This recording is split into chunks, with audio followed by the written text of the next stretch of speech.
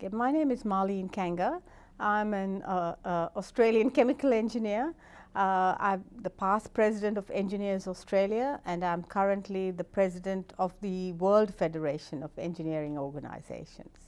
Do you think your ethnicity has helped or hindered you on your professional path? And bearing in mind, of course, that you work in engineering, which is a field where certainly there have been very few women.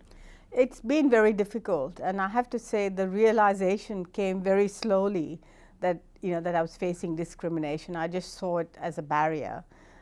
Firstly, being a woman in the world of engineering, and when I first came to Australia, there weren't many women engineers. In fact, many people had never even seen a woman engineer, and I was applying for jobs under men and boys.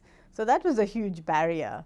And then on top of it, to be Asian was another element, if you like, a double whammy. What did that discrimination look like? Well, it's hidden and unsaid, so which is why it took me a while to figure out what was going on. I was always trying to get ahead and applied for jobs, and I always came across what I called one more thing. So people would say to me, "Oh, Marlene, you're excellent at this, and you've done this very well, but there's one more thing that I hadn't done, and therefore I hadn't got the job." And so I've tried very hard to cover all those bases, all those extra things that people said I had to do. And then I realized that it was really, there would always be one more thing. You put that down to your ethnicity? Well, I think it's partly ethnicity and partly gender, and it's hard to separate the two.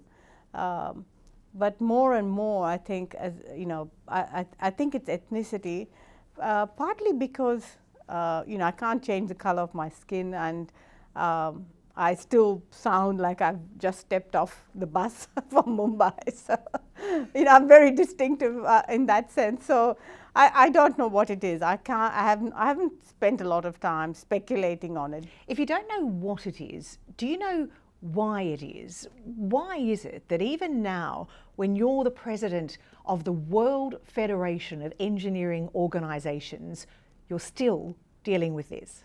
Well, it's the lack of conformity. It's about being different, and the fear that brings, and the uncertainty that brings. Because when you're working in a close-knit group, say on a board of an organization, there's a huge element of trust between board members. And when you are different, they don't know whether they can trust you or not. And it takes a lot of work to get that trust. You've really got to work on it because you're coming from a different starting point. And I think there's a lot of studies that have shown that in terms of these groups, especially groups with power and leadership, you need two things. You need competence and you need conformity. And no matter how competent you are, if you don't conform, it's very, very difficult, to make inroads into a group that's very influential.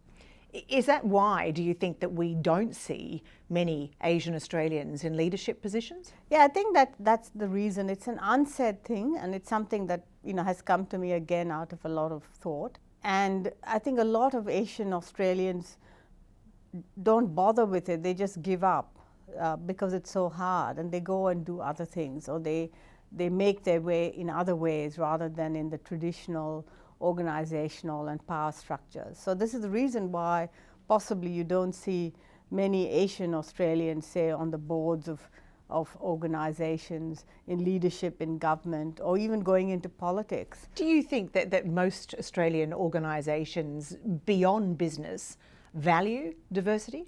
I think they say they value diversity, but in practice, I'm not sure how much that actually happens. I know that some organizations, have policies and are rated very highly and so on, but I'm not part of them internally, and I cannot say. But I have to say that, for example, one of the boards that I'm on has a very diverse workforce, and they focus on gender and Indigenous.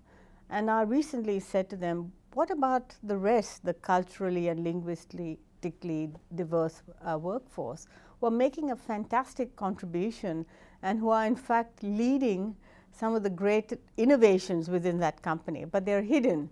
I know about them because I see them in other contexts, but there's no visibility outside the organization of their contribution and their work. So here's an organization that's genuinely interested in diversity and inclusion, genuinely committed, but there's a blind spot. Do we need quotas to try to fix that? Well, I think there's pros and cons for that, because if you have a quota, then it can work against you in that you've got the opportunity or the position because of the quota, not because of your capability. So I'm not sure that that would be the way to go, and whether that would be acceptable to the broader community, because it's a competitive world out there, and people would say, why would you give a particular group a particular incentive? So I'm not sure that quotas is the way to go. I think it's better to have a cultural change which needs leaders to take it on. It's a top-down approach. It's for leaders to say, this is a value, this is who we are, and to drive that change from the top.